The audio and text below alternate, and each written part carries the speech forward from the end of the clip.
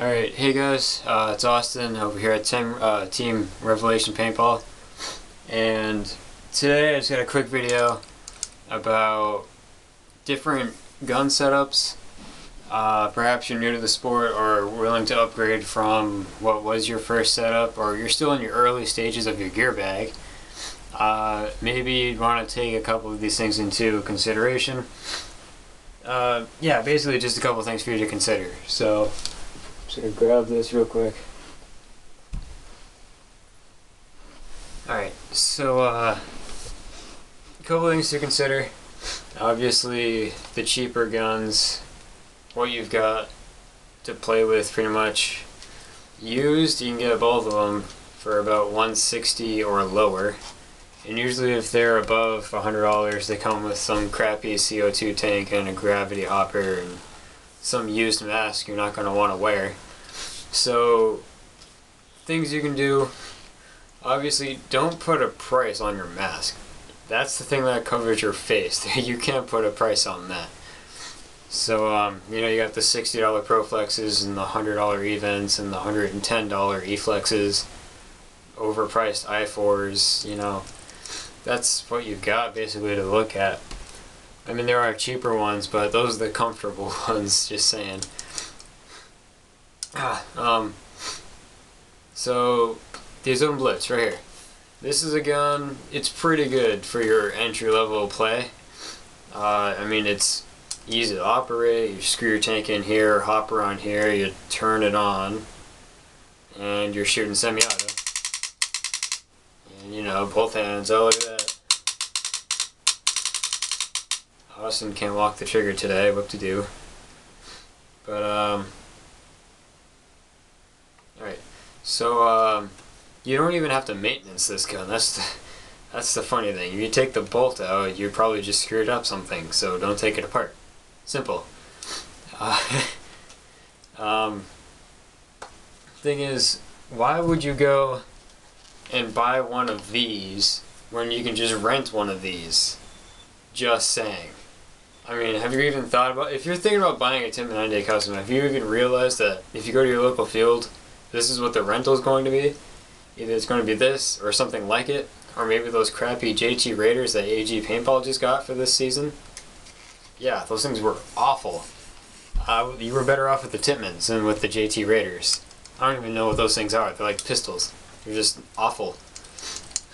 So, yeah, the barrel like moves. It like wiggles when you fire it. That was awful.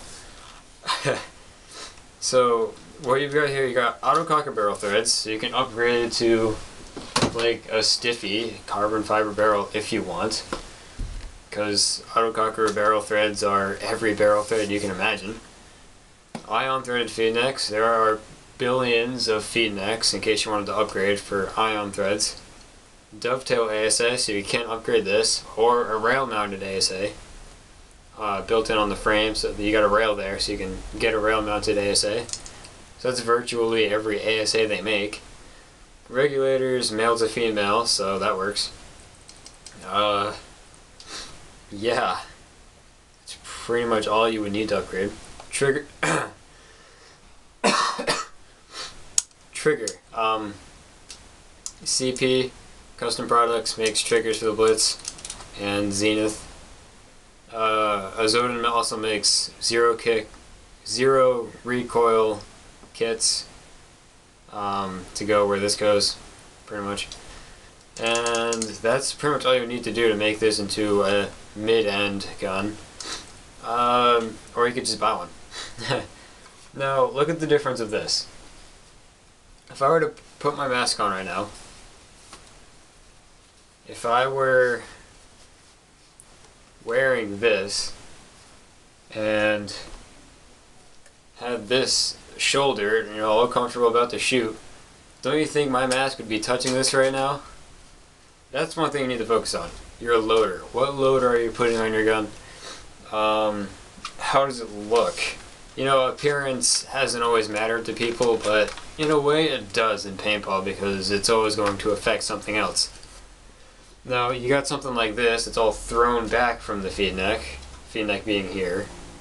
And then you got something like this, where the feed neck's here and it's kind of centered over it more than it is thrown back. And then you put on this more centered hopper in the feed neck, lock it in there, and that's pretty sleek. So, I mean, you'd also get something more overpriced like a rotor, but that's just overpriced and a waste of your time. So, I'm all set with the velocity, thank you very much. That's pretty much all you can do. I mean, when you're looking at a tank, now that's just a long video on its own. You're looking at a tank, you got the carbon fiber ones, generally 4,500 psi, holds more air, it's lighter and more comfortable. That's a win. Then again, they're generally more expensive too. Then you got the inexpensive ones, usually run averagely around 50 bucks. The steel tanks, and those are normally 3,000 psi. They're heavy, they're bulky, they're uncomfortable, yet cheap. So, do what you want with that. That's pretty much all you have to do when, just things to consider when buying a marker or parts for your marker. Then again, if you're new to paintball, buying a gun is the last thing you want to do. And that's pretty much the only thing I agree with when it comes to TechPB's Budget Baller show, is buying the gun last. Because if you've got the comfortable mask, the mask, buy first. I'm not wearing a rental mask. I've never worn a rental mask and hopefully never will. Rental tank from CO2, I think most fields rent air now, but those are the heavy steel tanks, of course. Again, why would you buy a Tippmann 98 Custom if you're renting them? Why would you buy a steel air tank if you can rent them?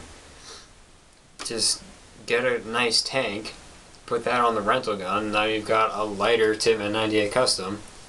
Get a nice loader, put that on the Tippmann 98 Custom, and you have a pretty sweet shooting Tippmann. Then get like a pod pack, so you can always just keep reloading if you want, and then pants, maybe pads. Jersey is the most pointless thing in your gear bag besides a headband. And that's pretty much it. So again, just some things to consider. To wrap this up, please subscribe. This is a new channel and we're kind of looking to get this kicked off already. Get this started. And then also a video like is always appreciated, and comment below what you would like to see or maybe some feedback. Thanks guys.